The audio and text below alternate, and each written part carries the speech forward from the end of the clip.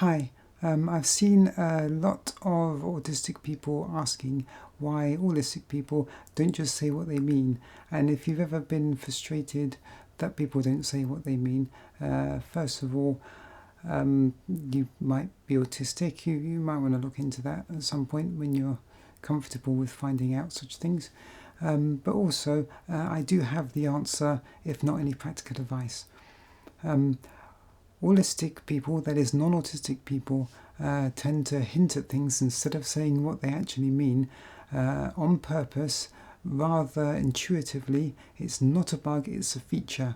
The way they talk to each other has built-in plausible deniability. It really sounds like game theory, where there's this kind of mutually assured destruction. Like, if you say something out loud about them honestly, they might say something about you honestly that you don't want people to know. And so the idea is that because everyone's playing this game following the same rules, no one's going to say anything that people don't want to be made public, and therefore everyone's going to get along just fine. Then the thing is, we'll just waltz in there without being aware of these rules and accidentally say whatever the elephant in the room is, metaphorically speaking, and everyone else is like, it's not that they didn't know, it's that they were trying very hard not to talk about it, or at least to them they don't need to try hard, it just comes naturally.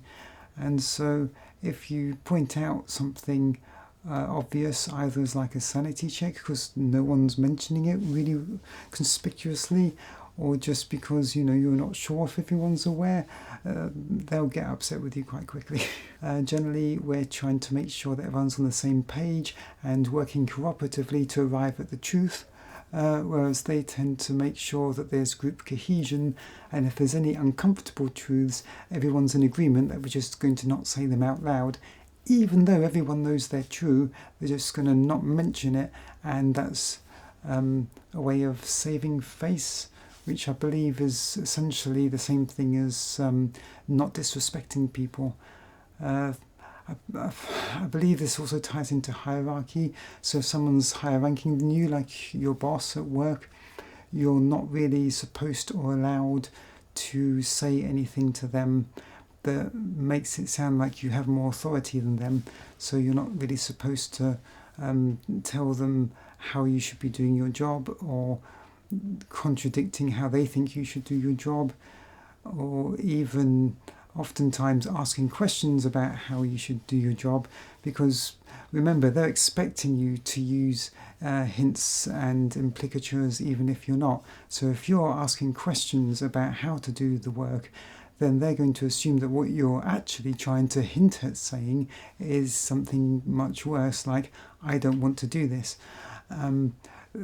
Oddly enough, they do not consider this to be seeing the worst in you. They think this is giving you the benefit of the doubt, because they see the other option as you're openly disrespecting them, which is what you are doing, but not on purpose. They jump to the conclusion that you must be doing the same thing as allistic people, and therefore if you are saying something that they think is disrespectful, you must be either hiding something even worse or you must be just really contemptuous of them, that you don't care about their feelings or their standing in society, what other people are going to think of them, or the people witnessing the conversation. The best example of this is flirting.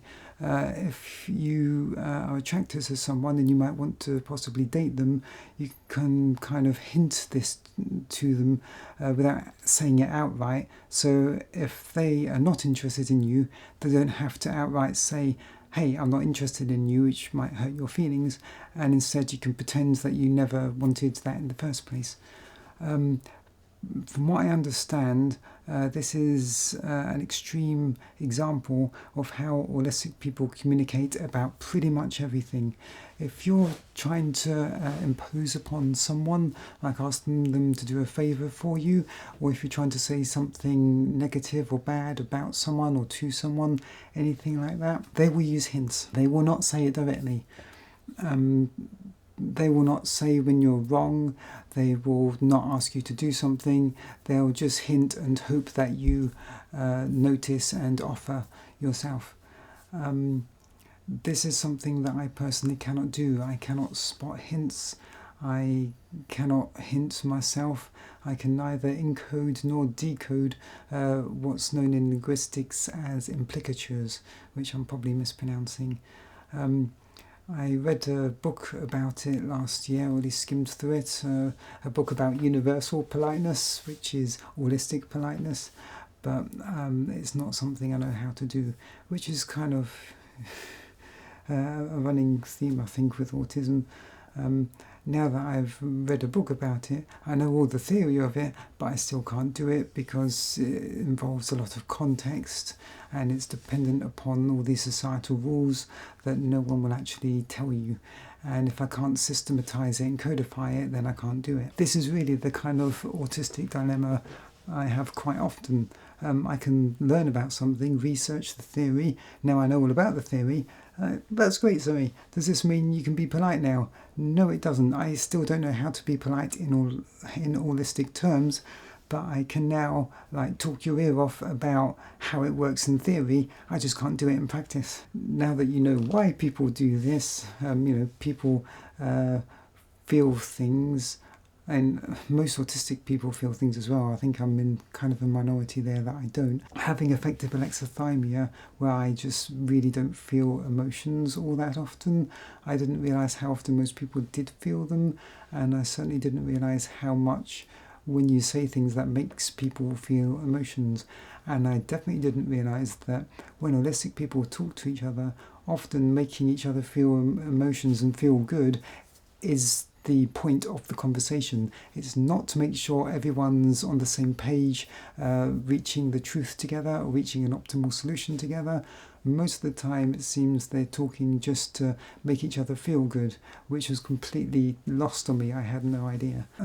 Most of the way people talk is built around cushioning and protecting people from feeling any bad emotions. Allistic politeness and autistic politeness are two very different concepts. It's one of those things where no one's right or wrong, but the different neurotypes are optimizing for different things when talking.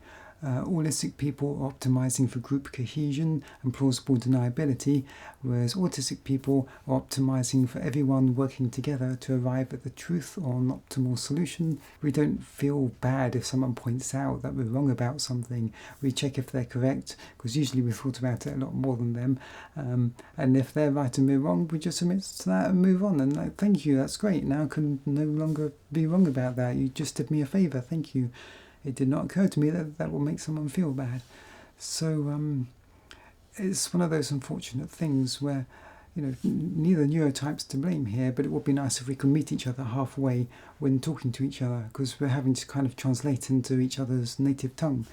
The problem there, though, is that if you're autistic and you don't know how to use implicatures, I don't think you can really consciously learn it, because they're all very highly culturally and context dependent, and no one's going to tell you what they are, because the whole point is that you don't say them out loud, and there's really no books you can read that will teach you anything like that. And conversely, I think allistic people really don't want to speak openly to us, because that seems to them like they're disrespecting us, and that's like asking someone to do something that makes them uncomfortable. They're not going to do that, so they can't really, or won't really, be accommodating for that very specific disability.